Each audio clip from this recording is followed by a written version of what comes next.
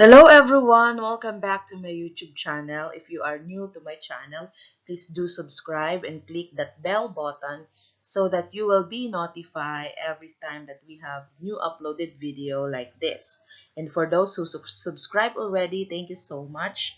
Thank you so much for always supporting all my YouTube videos.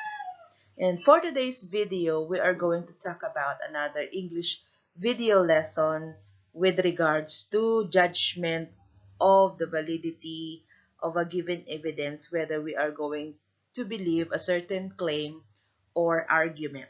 So I hope that you are ready for this lesson. Let's get started.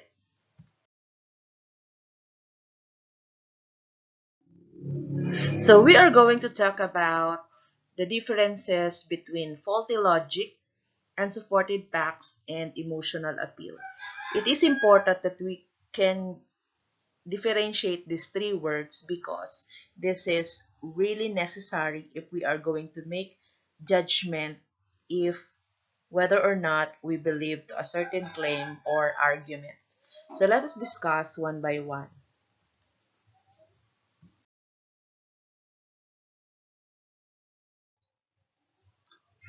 But before we proceed with digging deeper the differences between faulty logic, unsupported facts, and emotional appeal, let us first unlock the following words or unlocking of difficulties. So the first word is logic. When we say logic, it is the use and study of valid reasoning.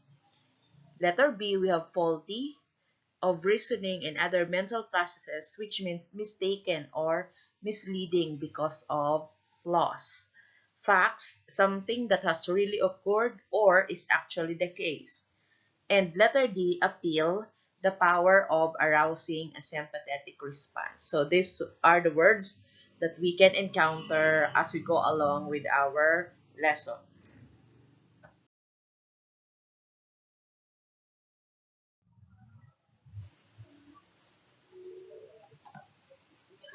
So what is a faulty logic? Let's break it down into two words. We have faulty and then logic. Faulty means having faults or imperfect, while logic means reason or sound judgment. Therefore, faulty logic is an imperfect reason.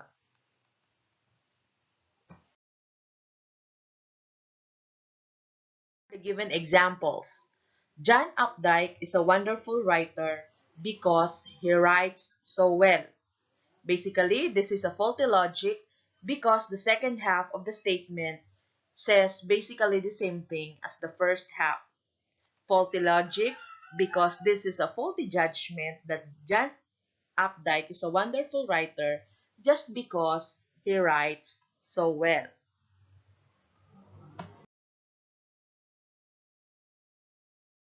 That movie we saw last night with Brad Pitt. I am going to rent all of his movies and I am sure I like all of them.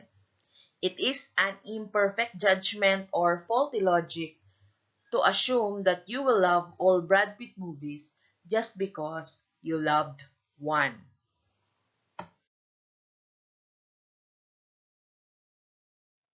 Next is, what are unsupported facts?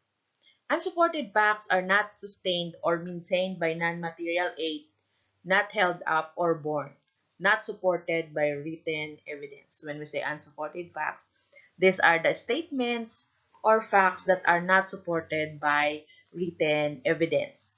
Example, number one, she said that you stinks.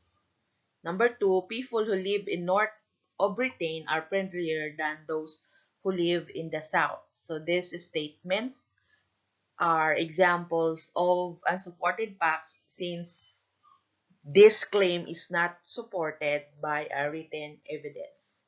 So when we say unsupported facts, these are the facts or statements that are not supported with written valid evidences.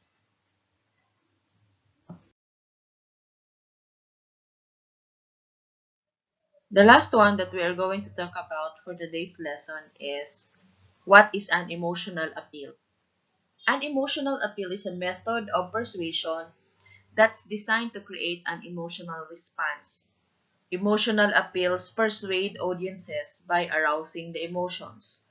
They refer to the speaker or writer's goal of arousing the emotions of an audience to move them to act. When we say emotional appeal, this is a method of persuasion wherein the speaker or the writer tends to arouse the emotions of his or her audience to believe in his or her claim.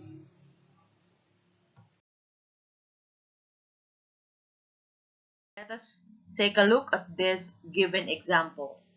Number one, a mouthwash commercial shows two people just waking up in the morning with the words, "Yike!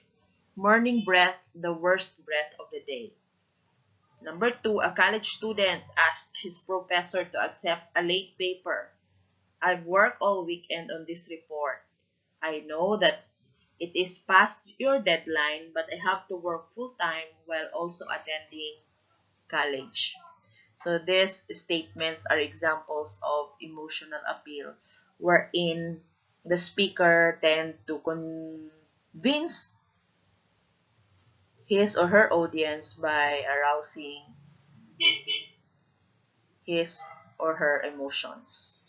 So next is, let us try, if we have learned something from the day's lesson, let us have practice exercise.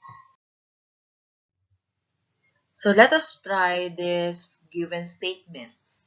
Tell whether the given statements are faulty logic, unsupported facts, or emotional appeal.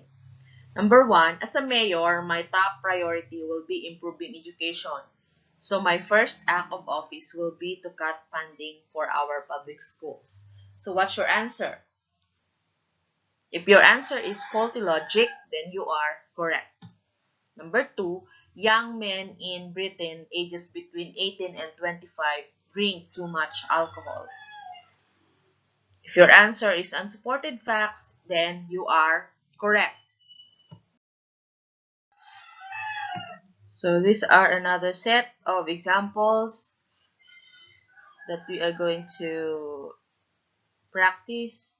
A telephone company shows a small, sweet grandmother sitting patiently by the phone, waiting for her loved ones to call.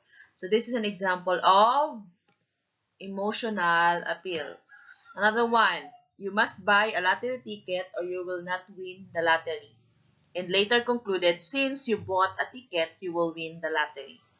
So this is an example of faulty logic. So that ends our discussion for the day.